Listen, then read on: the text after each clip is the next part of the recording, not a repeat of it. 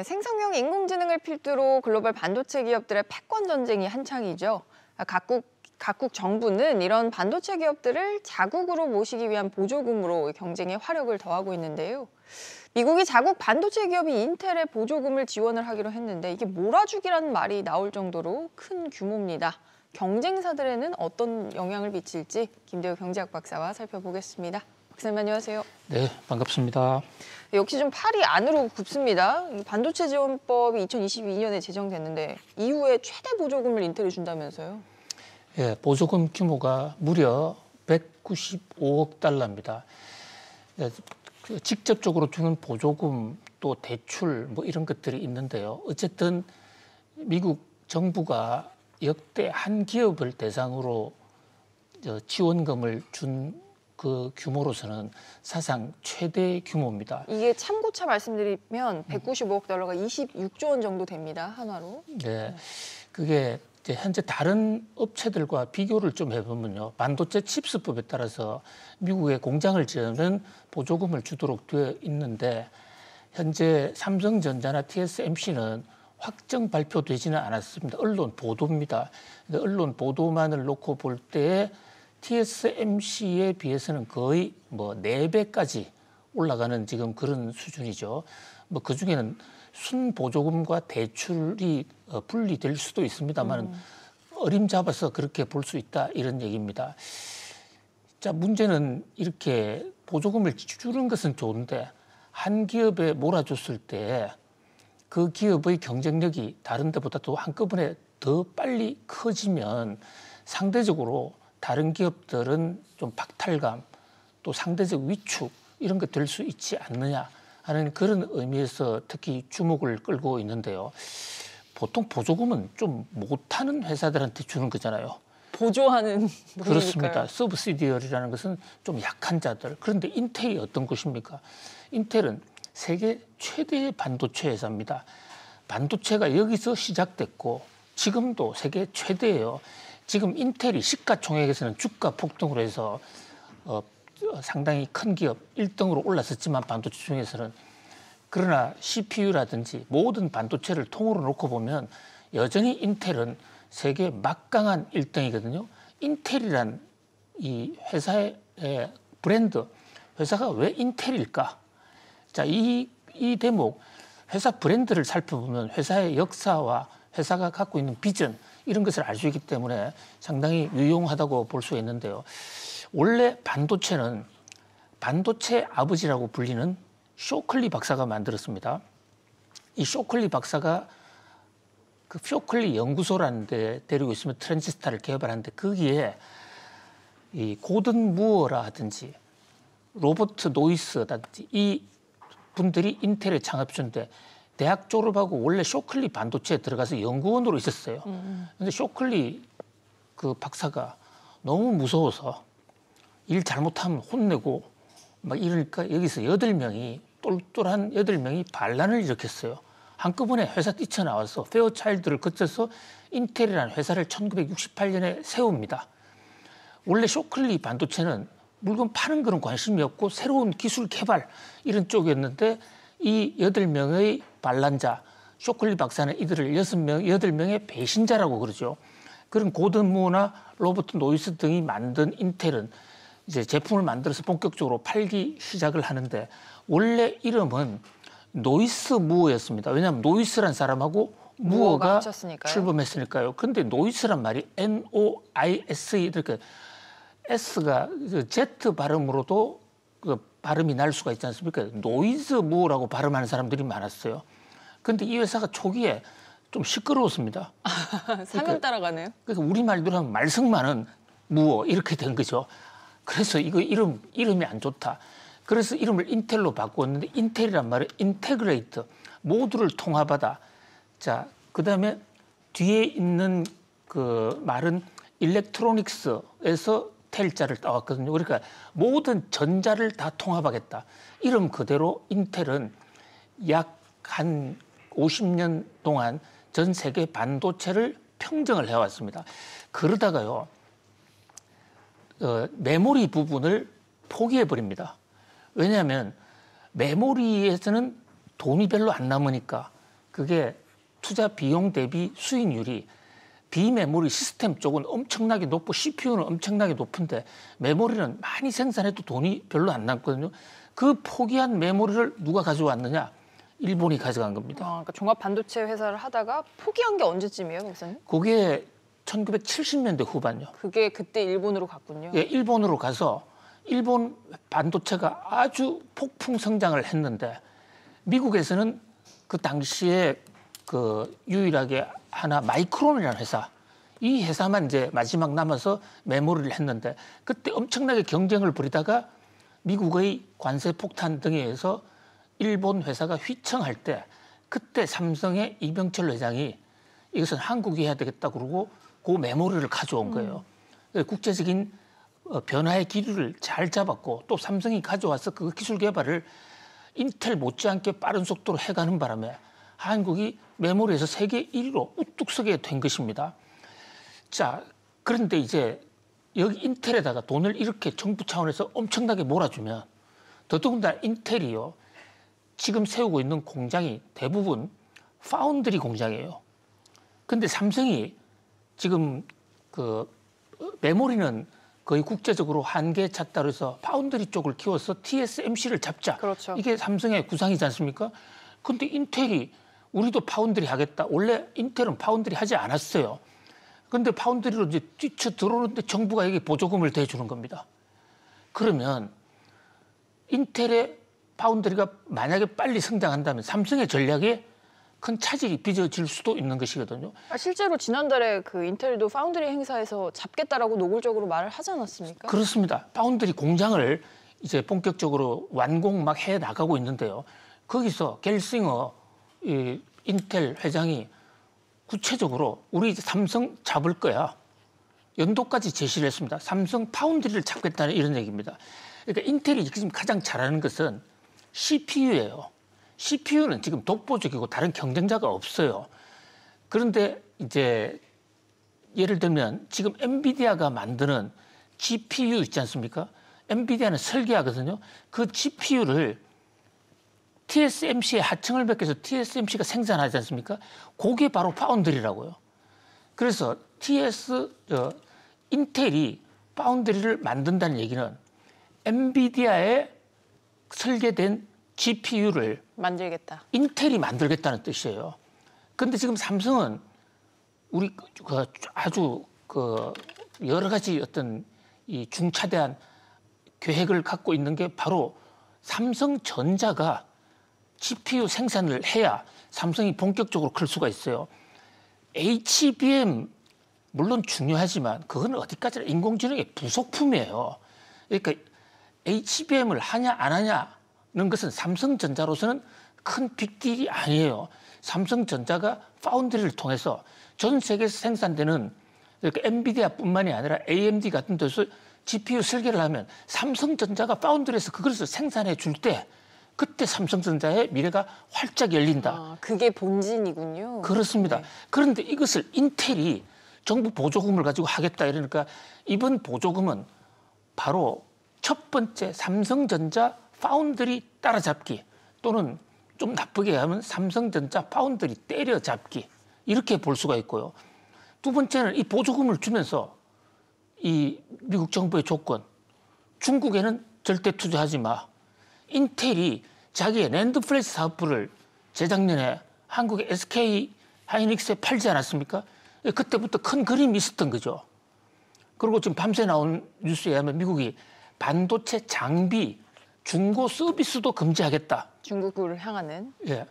그래 되는데 이제 그게 보조금과 힘을 합치게 되면 중국 때리기 이런 게 여러 가지 그러니까 미국 입장에서는 여러 가지 면에서 바이든 대통령의 중국 때려잡기 또 선거 전에서의 미국 산업을 살렸다라는 그런 어떤 프로파간다 선전 효과 이런 것을 누릴 수 있겠습니다만은 삼성전자로서는 아주 큰 복병을 만났다. 그렇다고 해서 삼성전자도 보조금을 곧 이제 발표가 될 테니까 그리고 삼성전자의 저력이 만만치 않으니까 인텔이 뭐 돈만 생겼다고 해서 반드시 되는 것은 아니지만은 이번에 특히 만드는 공장이 말이죠.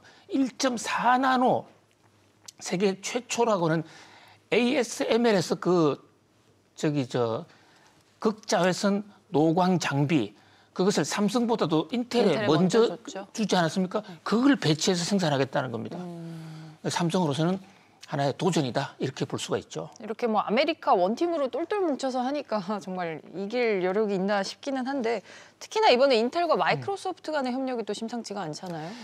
예, 그게 사실 그 세계 경제 반도체의 가장 큰 변수입니다.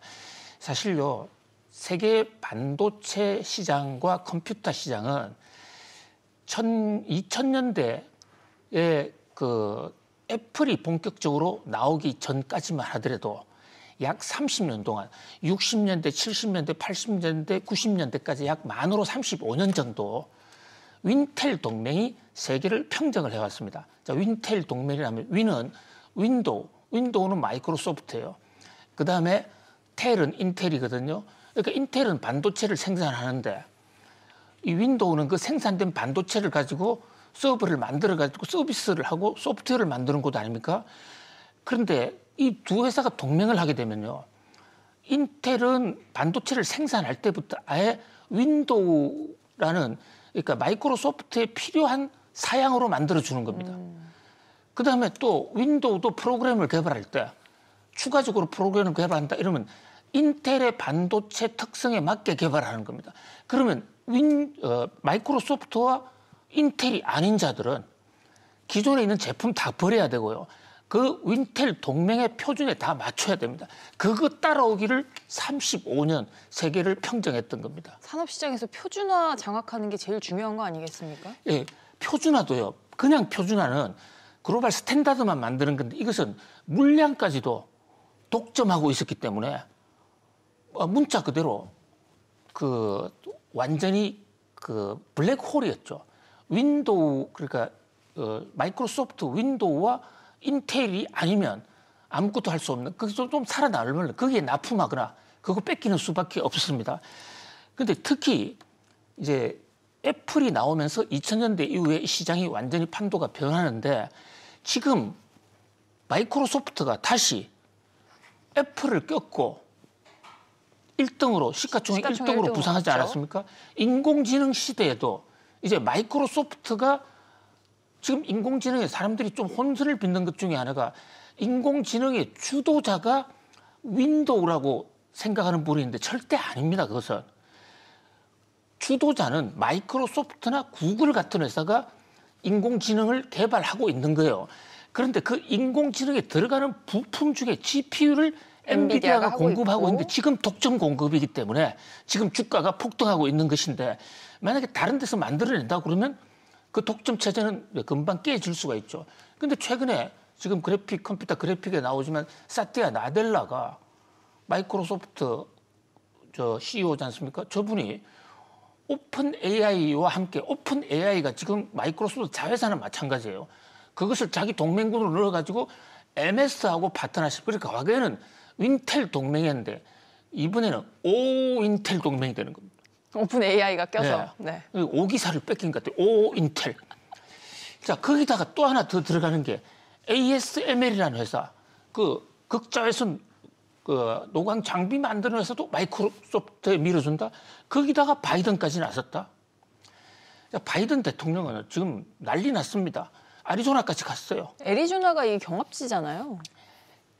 제가 지난번 선거 때 트럼프하고 붙어가지고 여기서 0.27%포인트 차이로 바이든이 살짝 이겨서 그래서 당선된 곳이에요. 지금도 경합주거든요. 근데 최근 여론조사 어젯밤 거를 보니까 5%포인트 차로 지금 트럼프가 앞서고 있어요. 급하군요, 바이든이. 그래서 이런 걸 내놓은 거고. 그래서 융단 폭격을 하고 있는 것입니다. 그렇기 때문에 선거 끝날 때까지 이 인텔에 대한 공격은 더 세질 수 있다. 근데 우리 삼성전자는 테네시에 짓고 있잖아요. 그게 경합주가 아니에요. 그러니까 바이든 대통령 입장에서는 테네시는 바이든 대통령이 가져가는 지역구인가요? 그건 주인가요? 어느 한쪽으로 뭐 이미 그러니까 별로 그러니까 이 스윙 보트가 아니다는 거죠. 그러니까 특별히 선거 운동을 할 필요가 없는 거예요. 미국은 선거인단 제도를 하기 때문에 한쪽에서 몰피 얻어봐야 의미가 없는 것이거든요. 뭐 그런 면에서 애리조나 사랑하고 겹쳐서 자 인텔 동맹군이요. 인텔, 마이크로소프트, 오픈 AI, ASML 거기다 바이든 이 5명의 오자 연합군이 된 겁니다. 코리아 팀은 뭐 하고 있어요, 박사님? 시간 되면 따로 한번 말씀을 드리겠습니다만 인텔보다는 아무튼 조금 좀 늦어지고 있는 것 같은데 우리는 또 한국 팀 비장의 한 수가 있지 않습니까? 그 쇼트랙 막판에 발 촥 집어넣는 거 이렇게 한번 기대해 보고 있습니다. 알겠습니다. 다음 소식도 이 반도체 소식인데요. 실적 소식도 좀 살펴보죠. 세계 3위 메모리 반도체 기업인 미국 마이크론 테크놀로지가 역시 미국 기업이네요. 이 시장 예상을 웃도는 깜짝 실적을 발표하면서 간밤 주가가 폭등했습니다. 경쟁사인 삼성전자나 SK하이닉스 실적에도 긍정적인 영향을 미칠지 이 부분 관심을 끌고 있는데요. 박사님, 이번에 마이크론 실적이 왜 이렇게 잘 나왔습니까? 네, 한마디로 이것이 엔비디아 효과입니다. 또 엔비디아가 스쳤군요, 여기. 그렇습니다. 예. 그러니까 그동안에 엔비디아에 납품하는 HBM이라는 그 적청 메모리 SK 하이닉스가 사실상 독점해 왔거든요. 엔비디아의 납품을 독점해 삼성은 납품 못했고요. 못하고 아직은 못하고 있죠. 자, 마이크론도 그동안에는 못했어요. 그런데 마이크론이 4세대 HBM을 하나 스킵을 해서 5세대로 바로 가서 최근에 SK 하이닉스에 앞서서 먼저 대량 생산을 했다. 양산했다고 밝히지 않았습니까? 약 3주 전이에요. 그런데 이번 실적을 보니까 이미 그 5세대 HBM을 납품한 거예요. 납품했는데 어느 정도 납품했냐면요. 작년에 생산한 그 전량, 1년치 생산량, 앞으로 생산할 그 전량 마이크론에 입도 선매로 다 팔아버렸어요. 생산량이 마이크론이 네. 엔비디아에 다 팔아버렸다고요. 생산량이 초기면 많지는 않을 수도 있잖아요. 내년치까지도 현재 물량이 다 할당이 됐다고 마이크론 CEO가 얘기를 했어요. 그러다 보니까 실적 자체도 실적 자체지만 이거 HBM에서 마이크론이 대량 생산했다고 그러더만 실제로 벌써 많이 팔았구나. 지금 컨퍼런스 콜에서 나온 얘기 보세요. HBM3E 이게 5세대 적정 메모리 반도체거든요. 가장 앞선 HBM입니다. 예. 그게 지금 그 매출이 발생하기 시작했다. 그리고 엔비디아의 H200 GPU에 포함된다. 자, 이 블랙웰이라는 시리즈, 블랙웰 시리즈는 아직 보편화되지 않은 미래의 제품입니다. 지금은 H 시리즈가 대세거든요. 그 H 시리즈에 들어간다는 겁니다. 그러다 보니까 마이크론의 이런 HBM의 진출, 동전의 양면 같죠. 왜냐하면 그동안에 SK 하이닉스가 독식해왔는데 하이닉스는 어떻게 돼? 마이크론 치고 들어오면. 근데 하이닉스 별로 걱정할 필요는 없을 것 같아요. 시장이 확대 팽창이 되고 있기 때문에 마이크론이 들어온다고 해서 그만큼 SK 하이닉스가 떼줘야 되는 상황은 아니에요. 시장이 전반적으로 커지는 상황이니까. 네. 그리고 오히려 HBM이 하나의 기술 표준이 된다 했을 때 하이닉스가 선도주자로서 주도해 나갈 수도 있다. 이런 면에서 볼 수 있는데 문제는 블랙웰 시리즈가 나왔을 때 이때 이제 기술의 문제입니다. 그러니까 5세대 아닌 6세대가 이제 필요하거든요. 그 기술 개발에 누가 앞서느냐.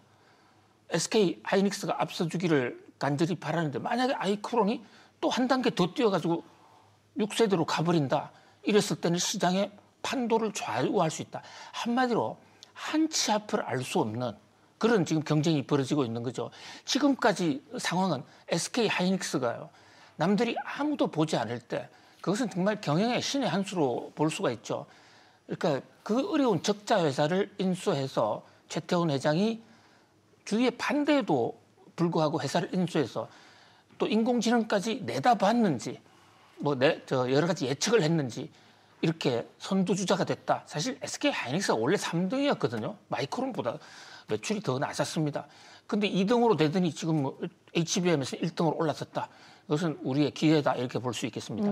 어제 이 마이크론 효과 때문에 이 마이크론이 실적 풍향계라고 불리잖아요. 우리나라도 좀 잘 나올까요? 그렇습니다. 이게 이제 그 실적 풍향계 해서 탄광 속의 카나리아. 왜 그러냐면 이게 회계연도가 우리보다 좀 달라가지고 한 달치 먼저 나옵니다. 그러니까 기본적으로 마이크론이 잘 되는 것 자체는 삼성이나 SK의 호재라고 봅니다. 특히 현재 지금 인공지능이 되면서 GPU가 폭발적으로 늘지만은 그러나 GPU가 늘어나게 되면 다른 컴퓨터 수요도 늘어나서 메모리도 같이 덩달아 늘어날 수 있습니다.